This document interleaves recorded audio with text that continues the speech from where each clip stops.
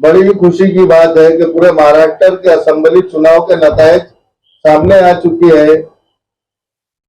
हमारे विधानसभा 115 हल्के से माननीय मंत्री जी दादा भूसे साहब, इनका भी बहुत ही भारी वोटों से 1 लाख से ज्यादा वोटों की लीड लेकर ये जीते हैं।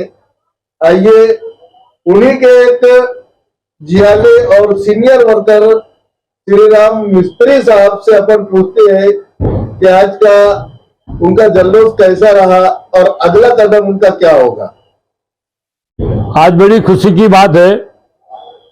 मैं तमाम मालेगांव शहर और आउटर के लोगों का, मतदारों का और कार्यकर्ताओं का मैं तहे दिल से उनका शुक्रगुजार करना चाहता हूं, उनका अभिनंदन करना चाहता हूं।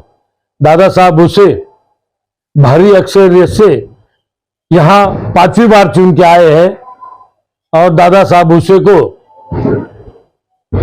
1,57,000 वोट उनको मिली है और प्रतिस्पर्धी उम्मीदवारों के विरोध में 1,06,606 वोटों से वो चुन के आए हैं।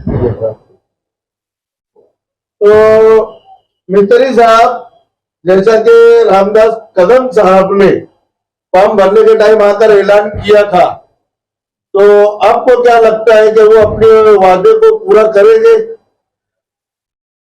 बात ऐसी है कि ये जो विषय है ये सीनियर लोगों का विषय है।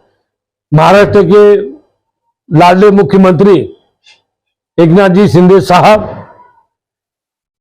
डिप्टी सीएम देवेंद्र जी फडणवीस साहब, दूसरे डिप्टी सीएम अजीत दादा पवार, ये सब बैठ करके ये सब निर्णय करने वाले हैं।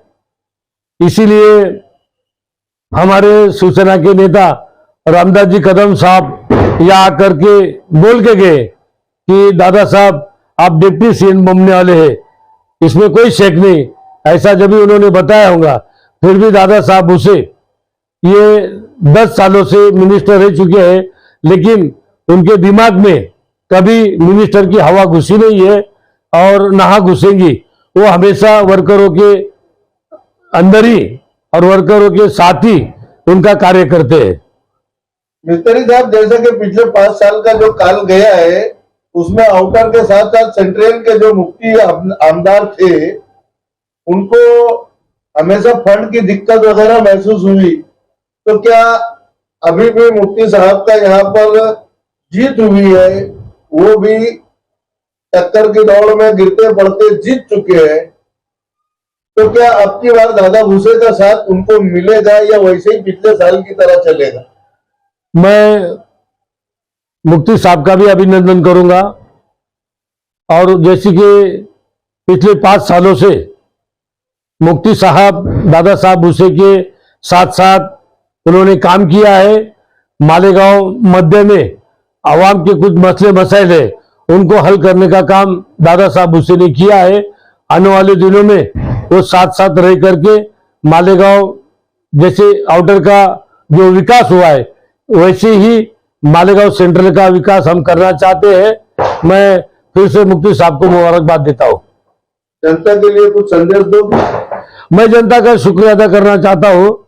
उन्होंने विकास के नाम से और महाराष्ट्र गवर्नमेंट ने जो कुछ निर्णय लिए हैं, वो निर्णय को आवाम ने साथ दिया है। भारी अक्षर से उनके सीट चुन के आए और महायुति का सरकार बनने जा रहा है। Thank you.